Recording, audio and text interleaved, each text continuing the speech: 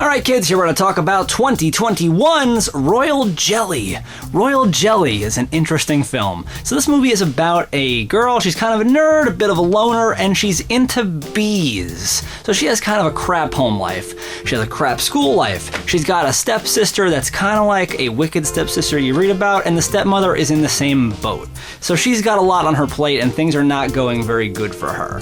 But when she gets a new substitute teacher, it seems like something might be going her way. This nice, lady, she is in her corner. She actually sticks up for her. She listens to her. They have a relationship. This is now her surrogate mother she doesn't have because her mother passed away.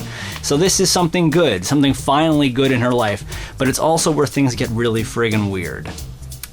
This lady is not what she seems. She quickly sweeps her away and takes her to a farmhouse that kind of looks like where they would run off to in Ninja Turtles. When she's there, just things go all kinds of weird. And when I say weird, I mean so strange, so against what any normal person would just stick around with or go with or do.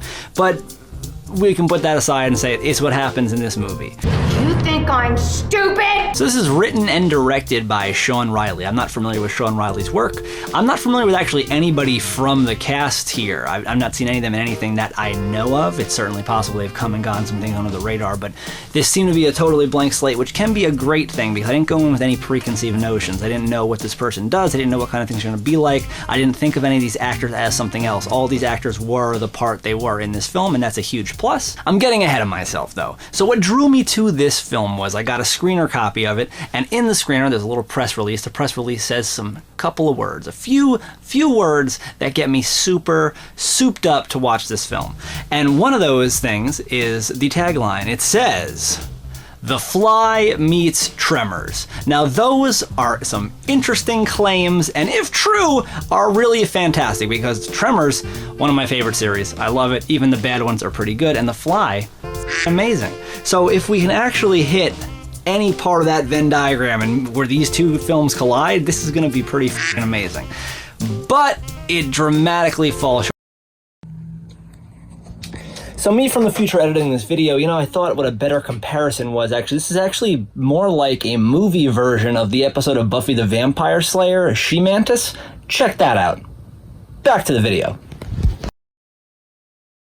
If you do want to see a Tremors meets The Fly combo, that would probably be Stung, a much better film, higher budget. I just enjoyed that more. That is a creature feature. That is what I thought this was going to be. This billed itself kind of that way. When you throw out Tremors and The Fly, I think creature feature. I think that I'm not alone in this. I think any horror head is thinking that.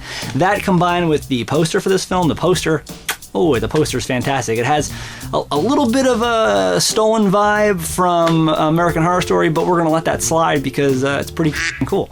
So things go weird, things go this, things that. I have a lot of complaints about this, that, and another thing, but let's say what's good. I think the main actress here, the one who plays, I think her name was Astrid or Ingrid or Astrid, whatever her name was, she's pretty I keep saying she's pretty good. She definitely fits this part. I think she does what best one could do with the dialogue at hand. I think she really pulls it off. The first half of the movie and the second half of the movie are totally different films. The first half of the movie is very much so the plot to Carrie, and I think they know that. They even make a joke about it.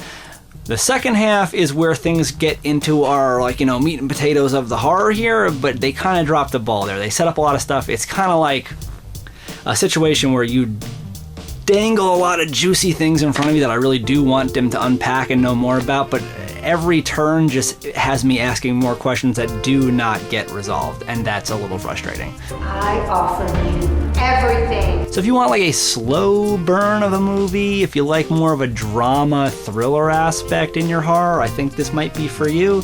But if you are like me, who is in it for the creature feature, if you like movies that have one title where it's Panther or Gorilla, this is not that. This is not that at all. It's peaceful out here. This is the section where I'm going to say things that I would have changed in this movie.